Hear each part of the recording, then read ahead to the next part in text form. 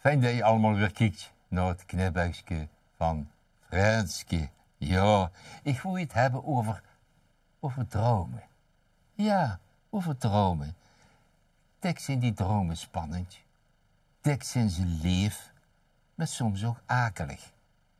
Je hebt aan gedacht. Ik denk, ik maak hier wat anders. Ik maak een droom die luistert. Een sprookjesdroom. Vannacht had ze een hele aparte droom. Door groeide in de bongert nazen aan een boom.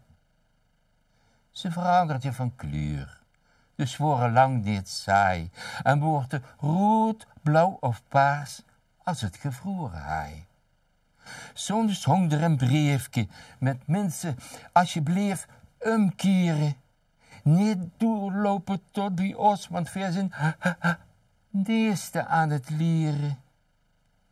Meestal mocht je wel door. Men leert je dan om te ruiken. Met zweentjes hong er tegen een brief. Pas op, versnoeterkuken.